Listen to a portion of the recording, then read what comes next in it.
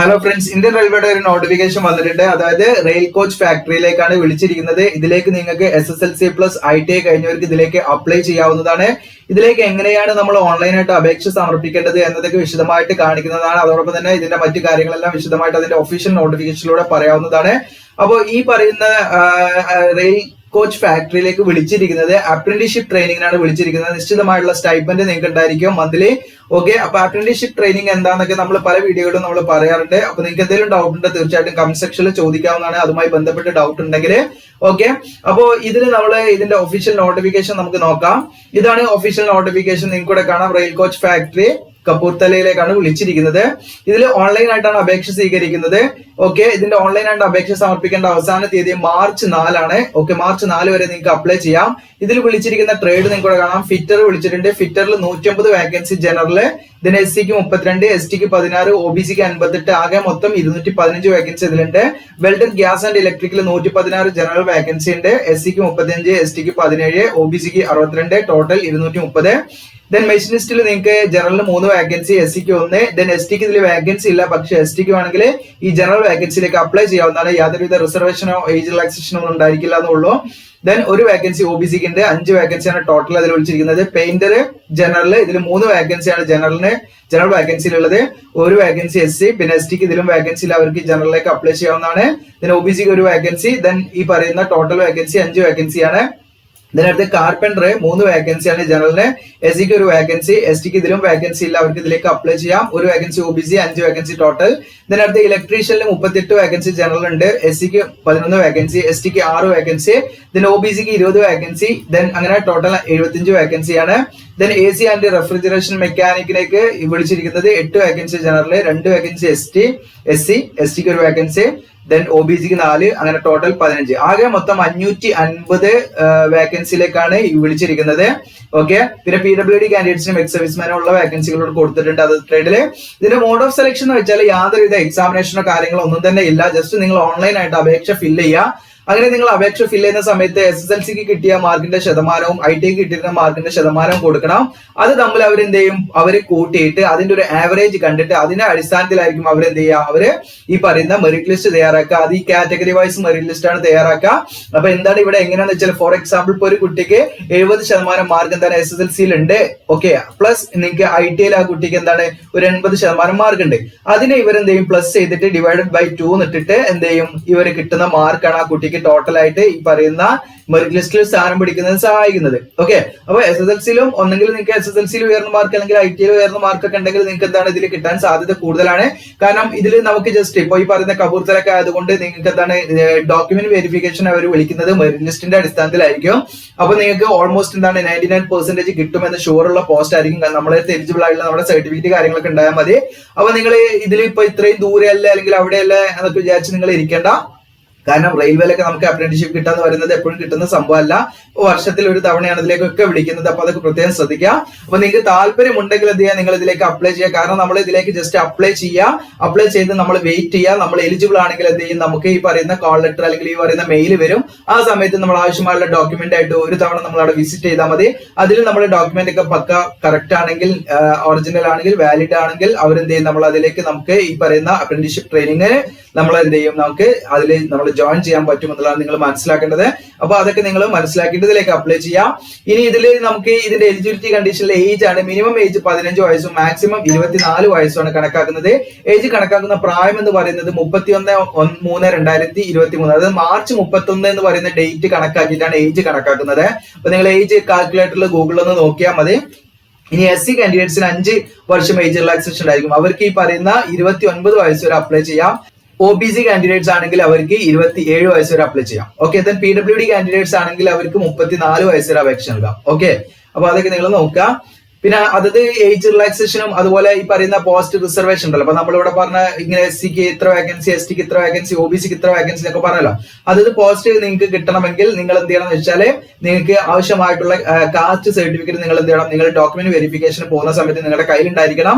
അപ്പൊ അത് പ്രത്യേകം ശ്രദ്ധിക്കുക. ഓക്കെ, അതായത് ഈ പറയുന്നപ്പോ ജനറലിന്റെ ആ ഒരു മെറിറ്റ് ലിസ്റ്റ് ആയിരിക്കില്ല ഈ പറയുന്ന SC, ST, OBC-ക്ക് ഉണ്ടായിരിക്കുക. ഓരോ കാറ്റഗറി വൈസ് മെറിറ്റ് ലിസ്റ്റ് ആണ് ഉണ്ടായിരിക്കുക. ഓക്കെ, അപ്പൊ ഇതിന്റെ കട്ട് ഓഫിലൊക്കെ എന്താണ് വ്യത്യാസം ഉണ്ടാവും. അപ്പൊ അതൊക്കെ പ്രത്യേകം ശ്രദ്ധിക്കുക. അപ്പൊ നിങ്ങൾക്ക് അത് ക്ലെയിം ചെയ്യണമെങ്കിൽ നിങ്ങളടുത്ത് എന്ത് വേണം, ആവശ്യമായിട്ടുള്ള കാസ്റ്റ് സർട്ടിഫിക്കറ്റ് ഉണ്ടായിരിക്കണം, സെൻട്രൽ ഗവൺമെന്റ് പർപ്പസിന് വേണ്ടിയുള്ള രീതിയിലുള്ള കാസ്റ്റ് സർട്ടിഫിക്കറ്റ് ഉണ്ടായിരിക്കണം, വാലിഡ് ആയിട്ടുള്ള സർട്ടിഫിക്കറ്റ് ആയിരിക്കണം, പ്രത്യേകം ശ്രദ്ധിക്കുക.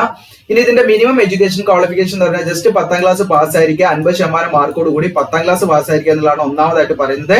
രണ്ടാമത്തെ കാര്യം, നിങ്ങൾക്ക് ഈ പറയുന്ന ITI സർട്ടിഫിക്കറ്റ് ഉണ്ടായിരിക്കുക എന്നുള്ളതാണ്. NCVT ITI സർട്ടിഫിക്കറ്റ് ആണ് പറയുന്നത്. SCVT ഇതിൽ പറയുന്നില്ല, നമുക്ക് അപ്ലൈ ചെയ്യാൻ പറ്റുമോ എന്ന് അറിയില്ല. കാരണം NCVT ഇതിവിടെ പ്രധാനമായിട്ട് പറയുന്നുണ്ട്, national council four vocational training NCVT ഇത് പറയുന്നുണ്ട്, എടുത്ത് പറയുന്നുണ്ട്. ഓക്കെ, അപ്പൊ NCVT ഇഷ്യൂ ചെയ്തിട്ടുള്ള ITI സർട്ടിഫിക്കറ്റ് നിങ്ങൾക്ക് ഉണ്ടെങ്കിൽ നിങ്ങൾക്ക് അപ്ലൈ ചെയ്യാം. ഏതൊക്കെ ട്രേഡ് ആണെന്ന് ഞാൻ മുകളിൽ പറഞ്ഞല്ലോ, അതത് ട്രേഡുകളിൽ നിങ്ങൾക്ക് ITI കഴിഞ്ഞിരിക്കുക എന്നുള്ളതാണ്. ഓക്കെ, അപ്പൊ ഇതിന്റെ നമുക്ക് നമ്മുടെ SSLC-യിലൊക്കെ നമുക്ക് ഗ്രേഡ് ആണ് A+, A, B+ എന്നൊക്കെ ആണല്ലോ. അപ്പൊ അതിന്റെ നമുക്ക് പെർസെന്റേജ് നമുക്ക് ഓൺലൈൻ ഫോമിൽ എങ്ങനെയാണ് ഞാൻ കൊടുക്കേണ്ടത്, ഞാൻ ഓൺലൈൻ ഫോം ഫില്ല് ചെയ്യുന്ന സമയത്ത് ജസ്റ്റ് ഒന്ന് കാണിക്കാം. ഓക്കെ, അപ്പൊ അതൊക്കെ നിങ്ങൾ വെയിറ്റ് ചെയ്യാം. ഇപ്പൊ ഇവിടെ അതിന്റെ കറക്റ്റ് ആയിട്ട് ഒരു കുട്ടിക്ക് ഇപ്പം കിട്ടുന്ന CGP ആണെങ്കിൽ അതിന് എങ്ങനെ മൾട്ടിപ്ലൈ ചെയ്യേണ്ടതൊക്കെ ഇതിൽ പറയുന്നുണ്ട്. അപ്പൊ ഓൺലൈനിലായിട്ട് തന്നെ ഇതിന്റെ എന്താണ് നമ്മൾ ജസ്റ്റ് ആ വാല്യൂ ഇട്ട് കൊടുത്താൽ അത് ഓട്ടോമാറ്റിക് ആയിട്ട് എന്തെങ്കിലും പെർസെന്റേജിലേക്ക് കൺവേർട്ട് ആവും. അപ്പൊ അതൊക്കെ ഞാൻ പറയാം. ഇനി ഇതിന്റെ പേയ്മെന്റ് ഓഫ് ഫീ ആണ്. നമുക്ക് 100 രൂപ അപേക്ഷ ഫീസ് ഉണ്ട്. ഓൺലൈനായിട്ടാണ് നമ്മൾ അപേക്ഷ ഫീസ് അടച്ചു കൊടുക്കേണ്ടത്. എന്നാൽ ഈ പറയുന്ന SC ST PWD വിമൻ കാൻഡിഡേറ്റ്സിനും എന്ന് വേണ്ട, യാതൊരുവിധ അപേക്ഷ ഫീസ് വേണ്ട. അപ്പൊ വനിതകൾക്ക് യാതൊരുവിധ അപേക്ഷ ഫീസ് വേണ്ട, ഫുള്ള് ഫ്രീ ആണ്. ജസ്റ്റ് നിങ്ങൾ അപ്ലൈ ചെയ്യുക. SC ST PWD കാൻഡിഡേറ്റ്സിനും അപേക്ഷ ഫീസ് വേണ്ട. ഓക്കെ, മറ്റുള്ളവർക്ക് 100 രൂപ അപേക്ഷ ഫീസ് ഉണ്ട് എന്നുള്ളതാണ്. ഇനി എങ്ങനെയാണ് നമ്മൾ അപ്ലൈ ചെയ്യേണ്ടത് വെച്ചാൽ നമ്മൾ ഈ പറയുന്ന RCF-ന്റെ വെബ്സൈറ്റ് വഴി തന്നെയാണ് അപ്ലൈ ചെയ്യേണ്ടത്, ഞാൻ കാണിക്കാം. എന്നിട്ട് നമ്മൾ അപ്ലൈ ചെയ്ത് ഫൈനലി നമ്മൾ എന്ത് ചെയ്യണം, അതിന്റെ പ്രിന്റ് ഔട്ട് എടുത്ത് നമ്മൾ സൂക്ഷിച്ചു വെക്കണം. ഡോക്യുമെന്റ് വെരിഫിക്കേഷന് പോകുന്ന സമയത്ത് ആ പ്രിന്റ് ഔട്ട് ആയിട്ടാണ് നമ്മൾ പോകേണ്ടത്. ഓൺലൈനായിട്ട് അപേക്ഷ സമർപ്പിക്കുന്നതിന് മുൻപ് നിങ്ങൾ എന്ത് ചെയ്യുക, നിങ്ങളുടെ ഒരു റീസെന്റ് ആയിട്ടുള്ള കളർ പാസ്പോർട്ട് സൈസ് ഫോട്ടോഗ്രാഫും നിങ്ങളുടെ സിഗ്നേച്ചറും നിങ്ങൾ എന്ത് ചെയ്യുക, നിങ്ങൾ സ്കാൻ ചെയ്തിട്ട് എന്ത് ചെയ്യുക, നിങ്ങളുടെ മൊബൈലിലോ നിങ്ങൾ ഏത് ഡിവൈസിലാണോ അപ്ലൈ ചെയ്യുന്നത് വെച്ചാൽ സ്കാൻ ചെയ്ത് റെഡിയാക്കി വെക്കുക. അതിന്റെ ഡയമെൻഷൻ സൈസ് ഒക്കെ ഇതിൽ പറയുന്നുണ്ട്. JPG ഫോർമാറ്റ് ആയിരിക്കണം, 20 KB-യുടെയും 70 KB-യുടെ ഇടയിലായിരിക്കണം. ഫോട്ടോഗ്രാഫ് ആണെങ്കിൽ, സിഗ്നേച്ചർ ആണെങ്കിൽ 20-ന്റെയും 30 KB-യുടെ ഇടയിലായിരിക്കണം ഫയൽ സൈസ്. അതൊക്കെ പ്രത്യേകം ശ്രദ്ധിക്കുകയെങ്കിൽ നമുക്ക് അപ്ലോഡ് ചെയ്താലേ അത് അതിലേക്ക് അപ്ലോഡ് ആവുള്ളൂ. ലാസ്റ്റ് ഡേറ്റ് വീണ്ടും പറയുകയാണെങ്കിൽ 4/3/2023 മാർച്ച് 4 വരെ നിങ്ങൾക്ക് അപ്ലൈ ചെയ്യാം.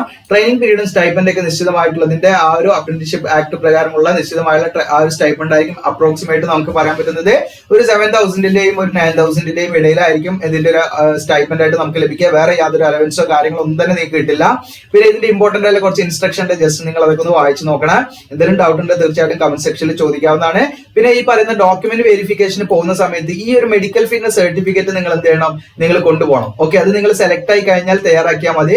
നിങ്ങൾ സെലക്ട് ആയി കഴിഞ്ഞാൽ ഇതുപോലെ ഇത് നല്ല വൃത്തിയിൽ നിങ്ങൾ പ്രിന്റ് എടുക്കുക. ഈ PDF-ല് ഇപ്പൊ PDF നിങ്ങൾ എവിടെയെങ്കിലും സൂക്ഷിച്ച് വെക്കുക, അല്ലെങ്കിൽ നമ്മുടെ ചാനലിൽ ഡിസ്ക്രിപ്ഷനിൽ ഉണ്ടാവും എപ്പോഴും. ഇത് നമ്മൾ പ്രിന്റ് എടുത്തിട്ട് നിങ്ങൾ എന്ത് ചെയ്യുക, ഇവിടെ റീസെന്റ് പാസ്പോർട്ട് സൈസ് ഒക്കെ ഒട്ടിച്ചിട്ട് നിങ്ങൾ എന്ത് ചെയ്യുക, അസിസ്റ്റന്റ് സർജൻ തസ്തികയിലുള്ള ആ ഒരു ഡോക്ടറെ കൊണ്ട് നമ്മൾ എന്ത് ചെയ്യുക, ജസ്റ്റ് ഇതിലേക്ക് നമ്മൾ സൈൻ ചെയ്യിപ്പിക്കുക. ഓക്കെ, ഇതിന്റെ കാര്യങ്ങളൊക്കെ അവർ ഫില്ല് ചെയ്തിട്ട് അവർ എന്ത് ചെയ്യുന്നത് സൈൻ ചെയ്ത് തരും. ഓക്കെ, അത് നിങ്ങൾ എപ്പം നോക്കിയാന്ന് വെച്ചാൽ നമ്മൾ ഈ ഡോക്യുമെന്റ് വെരിഫിക്കേഷൻ നമ്മൾ സെലക്ട് ആയി മാത്രം നോക്കിയാൽ മതി. ഇപ്പം നോക്കേണ്ട ആവശ്യമില്ല, ജസ്റ്റ് പറഞ്ഞു എന്നുള്ളൂ. ഓക്കെ, അപ്പോ ഇതിന്റെ ഇത്രയും കാര്യങ്ങളാണ് ഇതിന്റെ നോട്ടിഫിക്കേഷൻ ആയിട്ട് ബന്ധപ്പെട്ട് പറയാനുള്ളത്. ഇനി എങ്ങനെയാണ് നമ്മൾ ഓൺലൈനായിട്ട് അപ്ലൈ ചെയ്യേണ്ടത് വെച്ചാൽ ഞാൻ കാണിക്കാം. അപ്പൊ നമ്മുടെ യൂട്യൂബിന്റെ ഡിസ്ക്രിപ്ഷനിൽ ഞാൻ അപ്ലൈ ആവുന്ന പറഞ്ഞിട്ട് ഈ ഒരു പേജിന്റെ ലിങ്ക് ആണ് തരാം. അപ്പൊ ഇതിൽ നിങ്ങൾ എന്താണ് ഈ ലിങ്കിൽ ക്ലിക്ക് ചെയ്യുമ്പോൾ ഇങ്ങനെ ഒരു പോപ്പപ്പ് മെസ്സേജ് പോലെ കാണും. അപ്പൊ അവിടെ ഐ അഗ്രി എന്ന് കൊടുത്തിട്ട് നിങ്ങൾ എന്ത് ചെയ്താൽ മതി, കണ്ടിന്യൂ എന്നുള്ള ബട്ടൺ ക്ലിക്ക് ചെയ്യാം. അപ്പൊ നമുക്ക് ലോഗിൻ പേജിലേക്ക് തന്നെ പോവാം. അപ്പൊ ലോഗിൻ പേജിൽ നിങ്ങൾക്ക് ഓൾറെഡി രജിസ്റ്റർ ചെയ്തതാണെങ്കിൽ നിങ്ങൾക്ക് ഇതിൽ യൂസർ നെയിമും പാസ്വേഡും വെച്ച് ലോഗിൻ ചെയ്യാൻ പറ്റും. അപ്പൊ ആദ്യമായിട്ടാണ് നമ്മൾ വരുന്നത്. അപ്പൊ നിങ്ങൾക്ക് എന്ത് ചെയ്യാം, ഇവിടെ രജിസ്റ്റർ എന്നാണ് ഇതിന്റെ താഴെ കാണാം, അതിൽ ക്ലിക്ക് ചെയ്യാം. അതിൽ ക്ലിക്ക് ചെയ്യുമ്പോൾ നമുക്ക് അതിന്റെ ടേംസ് ആൻഡ് കണ്ടീഷൻ അതൊക്കെ അഗ്രി ചെയ്തെന്ന് കൊടുക്കുക, എന്നിട്ട് കണ്ടിന്യൂ എന്ന് കൊടുക്കുക. എന്നിട്ട് നിങ്ങളുടെ മൊബൈൽ നമ്പർ ഇവിടെ അടിച്ചു കൊടുക്കുക, ഇമെയിൽ ID അടിച്ചു കൊടുക്കുക, ദെൻ വീണ്ടും ഇമെയിൽ ID അടിച്ചു കൊടുക്കുക, ദെൻ സബ്മിറ്റ് കൊടുക്കുക. ഓക്കെ, അപ്പൊ നമ്മുടെ മൊബൈൽ നമ്പറും നമ്മൾ എന്ത് ചെയ്യുക, ഈ പറയുന്ന മെയിലും അടിച്ചു കൊടുത്ത് നമ്മൾ സബ്മിറ്റ് കൊടുക്കുക. അങ്ങനെ സബ്മിറ്റ് കൊടുക്കുന്ന സമയത്ത് നിങ്ങൾക്ക് കാണാം നമ്മുടെ മൊബൈൽ നമ്പറിലേക്ക് അവർ എന്ത് ചെയ്യുന്നുണ്ട്, OTP സെൻഡ് ചെയ്തിട്ടുണ്ടെന്ന് പറയുന്നുണ്ട്. അപ്പൊ അത് ഏകദേശം ഒരു മിനിറ്റ് ഒക്കെ എടുക്കും നമ്മുടെ മൊബൈലിലേക്ക് എത്താൻ. നിങ്ങളൊന്ന് വെയിറ്റ് ചെയ്യാം. ഇപ്പൊ OTP വന്നിട്ടുണ്ട് മൊബൈലിൽ. അപ്പൊ ഞാൻ അത് അടിച്ചു കൊടുക്കുകയാണ്, 667678. ഓക്കെ, അടിച്ചു കൊടുത്തു. അപ്പൊ വെരിഫൈ OTP എന്ന് കൊടുക്കുക. ഇനി വന്നിട്ടില്ല റീസെന്റ് OTP എന്നുള്ള ഓപ്ഷൻ ഉണ്ടാവുക. ഓക്കെ, ഒരു മിനിറ്റ് സമയം എടുക്കും നിങ്ങൾക്ക് വരാൻ, വെയിറ്റ് ചെയ്യാം. അപ്പൊ വെരിഫൈ OTP എന്ന് കൊടുക്കുകയാണ്. അപ്പൊ വെരിഫൈ OTP കൊടുത്ത സമയത്ത് നിങ്ങൾക്ക് ഒരു പാസ്വേഡ് സെറ്റ് ചെയ്യാനുള്ള ഒരു ഓപ്ഷനാണ് വന്നിട്ടുണ്ടാകുക. ഓക്കെ, നമ്മൾ എന്ത് ചെയ്യണം, പാസ്വേഡ് സെറ്റ് ചെയ്യണം. ഓക്കെ, അപ്പൊ ഞാനിവിടെ ഒരു പാസ്വേഡ് ഇവിടെ സെറ്റ് ചെയ്യാണ്. വെറുതെ ഇപ്പൊ ഒരു പാസ്വേഡ് നിങ്ങൾക്ക് ഇപ്പൊ ഞാൻ രാമു എന്നാണ് എന്റെ പേരെങ്കിൽ ഇപ്പൊ ഞാൻ R എന്നുള്ള ക്യാപിറ്റൽ ഇട്ട് കൊടുക്കുക. അപ്പൊ നിങ്ങളുടെ പേര് അങ്ങനെ കൊടുത്താൽ നിങ്ങൾ ദെൻ A എന്നുള്ള സ്മോൾ ലെറ്റർ, ദെൻ നിങ്ങൾക്ക് ഇഷ്ടമുള്ള രീതിയിൽ കൊടുക്കട്ടോ.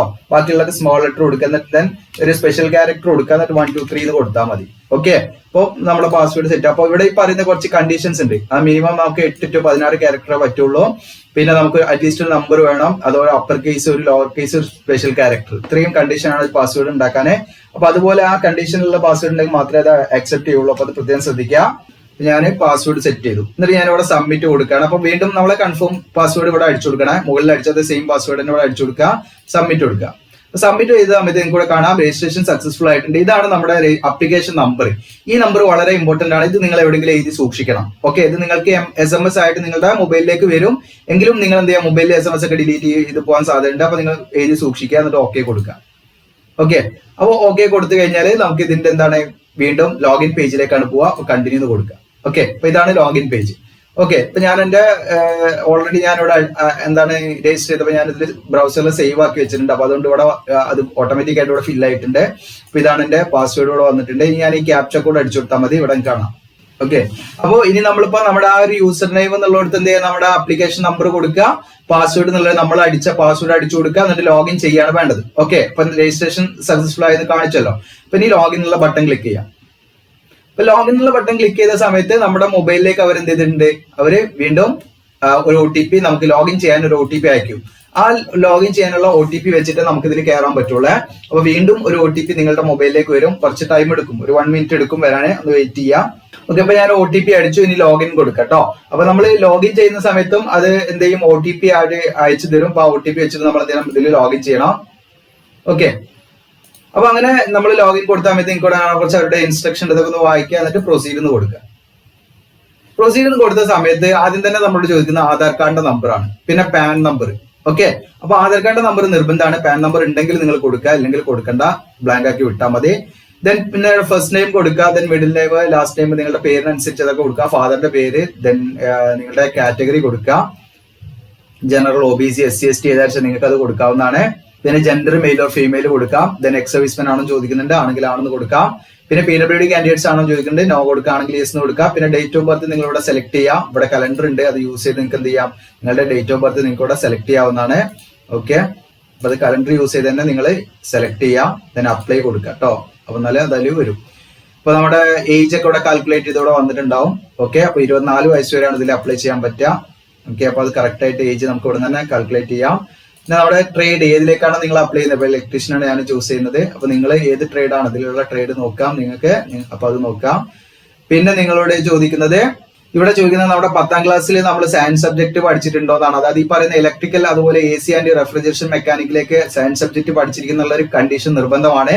ഇപ്പൊ നമ്മൾ സാധാരണ നമ്മുടെ എന്താണ് സ്റ്റേറ്റ് ബോർഡ് ആണെങ്കിലും ഇപ്പൊ CBSE ഒക്കെ ആണെങ്കിലും നമ്മൾ എന്താണ് സയൻസ് സബ്ജക്ട് പഠിക്കുന്നുണ്ട്. അപ്പൊ നിങ്ങൾ യെസ് എന്ന് കൊടുത്താൽ മതി. ഓക്കെ, ദെൻ ഇവിടെ അടുത്തത് ഏത് സ്റ്റേറ്റിൽ നിന്നാണ് നമ്മുടെ 10ാം ക്ലാസ് നമ്മൾ പാസ്സായിരിക്കുന്നതാണ്. അപ്പൊ നമ്മളിവിടെ കേരള സെലക്ട് ചെയ്യാം. നിങ്ങൾക്കിവിടെ കേരള കാണാം. ഓക്കെ, കേരള സെലക്ട് ചെയ്യാം.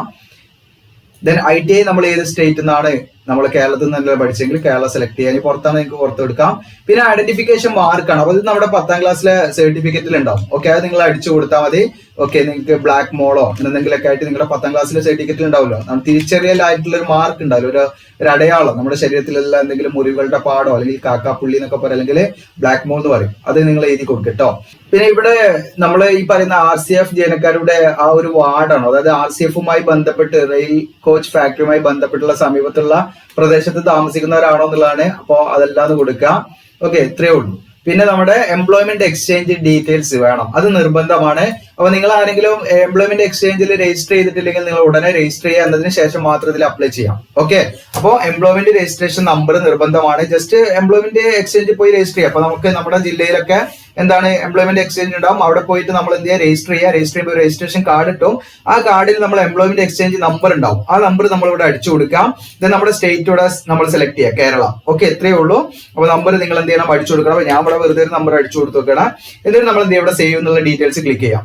ഓക്കെ, ആധാർ നമ്പർ നമ്മൾ നിർബന്ധമായിട്ടും അടിച്ചു കൊടുക്കണേ. ഞാൻ ഇതൊക്കെ അടിച്ചു കൊടുത്ത് സേവ് കൊടുക്കണേ. അപ്പൊ നമ്മുടെ ഡീറ്റെയിൽ സേവ് ആയിട്ടുണ്ട്. ഇനി നമുക്ക് എന്ത് ചെയ്യാം, നെക്സ്റ്റ് അടുത്ത ഘട്ടത്തിലേക്ക് പോവാം. അടുത്ത ഘട്ടം എന്ന് പറയുന്നത് നിങ്ങളുടെ ക്വാളിഫിക്കേഷൻ ആണ്. അപ്പൊ നമ്മുടെ ക്വാളിഫിക്കേഷൻ, നമ്മൾ 10ാം ക്ലാസ്സിന്റെ ക്വാളിഫിക്കേഷൻ ആണ് ആദ്യം ഫില്ല് ചെയ്യേണ്ടത്.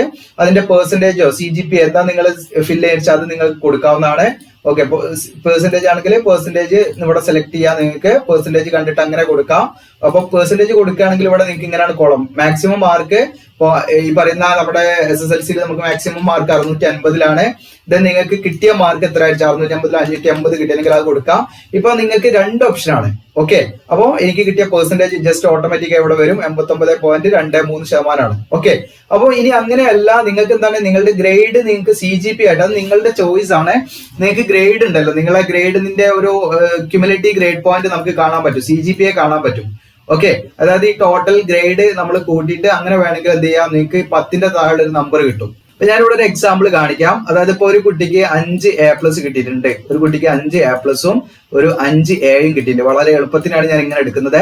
അപ്പൊ ഈ കുട്ടി കിട്ടിയിരിക്കുന്ന CGPA എങ്ങനെ അത് കാണാന്ന് ജസ്റ്റ് ഞാൻ കാണിച്ചു തരാം. അപ്പൊ ഈ കുട്ടി കിട്ടിയിരിക്കുന്നത് 5A+. അപ്പൊ A+ന് എത്ര ഗ്രേഡ് പോയിന്റ് നമുക്കറിയാം, A+, A, B+, ഇങ്ങനെ താഴുമ്പോൾ നമുക്ക് കാണാം. A+ന് 9 ഗ്രേഡ് പോയിന്റ്, Aക്കാണെങ്കിൽ 8 ഗ്രേഡ് പോയിന്റ് വരിക. ഓക്കെ, ഗ്രേഡ് പോയിന്റ് ആണ് വരിക. അപ്പോ ഇവിടെ നമ്മൾ എന്ത് ചെയ്യുക, 5A+ ആണ്. അപ്പൊ 5 × 9. ഓക്കെ, 5 × 9 എത്രയാണ്, 45. ഓക്കെ, അങ്ങനെ നമുക്ക് 5 × 8 ഇതിന് Aക്ക് 8 കിട്ടുക. അപ്പൊ 5 × 8. Okay, grade point 8. അപ്പോൾ A 5 കിട്ടിയിട്ടുണ്ട്. അപ്പൊ 5 × 8 ഗ്രേഡ് പോയിന്റ്. അപ്പൊ 8 × 5 എത്ര, 40 നമുക്ക് വരും. ഓക്കെ, അപ്പൊ ഈ കുട്ടിക്ക് ടോട്ടൽ ഗ്രേഡ് പോയിന്റ് TGPA എന്ന് പറയും, TGPA അതായത് ടോട്ടൽ ഗ്രേഡ് പോയിന്റ് കിട്ടിയിരിക്കുന്നത് 40 45 എത്രയാണ്, 85 കിട്ടിയിരിക്കുന്നത്. ഈ 85നെ നമുക്ക് ഡിവൈഡഡ് ബൈ എത്ര സബ്ജക്ട് നമുക്കുണ്ട് 10ാം ക്ലാസ്സിൽ, 10 സബ്ജക്ട് ഉണ്ട്. 10 കൊണ്ട് നമ്മൾ ഡിവൈഡ് ചെയ്ത് കഴിഞ്ഞാൽ നമുക്ക് എത്ര കിട്ടുക, 8.5 കിട്ടുക. ഓക്കെ, ഇതാണ് ഈ കുട്ടിയുടെ CGPA എന്ന് പറയുന്നത്, CGPA. ഓക്കെ, അത് ക്യുമുലേറ്റീവ് ഗ്രേഡ് പോയിന്റ് എന്ന് പറയും. അപ്പൊ നിങ്ങൾക്ക് ഈ പോയിന്റ് ഇപ്പൊ ഈ കുട്ടിയുടെ 8.5 ആണ്. ഇപ്പൊ ഞാനിവിടെ എന്താണ് ഇപ്പൊ പെർസെന്റേജ് എന്നുള്ള CGPA എടുത്തിട്ട് ഞാൻ ഇവിടെ 8.5 എന്ന് കൊടുക്കുകയാണ്, 8.5. അപ്പൊ ഓട്ടോമാറ്റിക് ആയിട്ട് ഇവർ എന്ത് ചെയ്യും, അത് കാൽക്കുലേറ്റ് ചെയ്യും. 9.5 വെച്ചിട്ടാണ് ഇവരത് മൾട്ടിപ്ലൈ ചെയ്യുന്നത്. അപ്പൊ ജസ്റ്റ് നമ്മൾ ഈ കോളത്തിന്റെ പുറത്തുനിന്ന് ടച്ച് ചെയ്താൽ ഇവിടെ കാണാം 80.75% ഈ കുട്ടിക്ക് എന്തുണ്ട്, മാർക്ക് കിട്ടിയിട്ടുണ്ട്. ഓക്കെ, അപ്പോ ഈ കുട്ടിയുടെ പെർസെന്റേജ് 80.75 ആണ്. ഇനിയിപ്പോ നമ്മൾ ഇതിന്റെ പെർസെന്റേജ് കണ്ട് ഇതേ സെയിം കുട്ടിയുടെ പെർസെന്റേജ് തന്നെ കാണാം. അതായത് ഇപ്പോ ഈ പറയുന്ന ടോട്ടൽ ഗ്രേഡ് പോയിന്റ് നമുക്ക് 85 കിട്ടിയത്. ടോട്ടൽ ഗ്രേഡ് പോയിന്റ് 85 കിട്ടിയിരിക്കുന്നത്, ടോട്ടൽ ഗ്രേഡ് പോയിന്റ് ഇൻറ്റു നമ്മൾ എന്ത് ചെയ്താൽ 1.11 എന്ന് കൊടുത്താൽ മതി. ഓക്കെ, ഇങ്ങനെ കൊടുത്തിട്ട് നിങ്ങൾക്ക് എന്ത് ചെയ്യാം, ഇതിന്റെ പെർസെന്റേജ് കാണാം. ഓക്കെ, അപ്പൊ എത്ര ശതമാനം എന്നുള്ളതാണ് കിട്ടുക, പെർസെന്റേജ് ആണ് കിട്ടുക.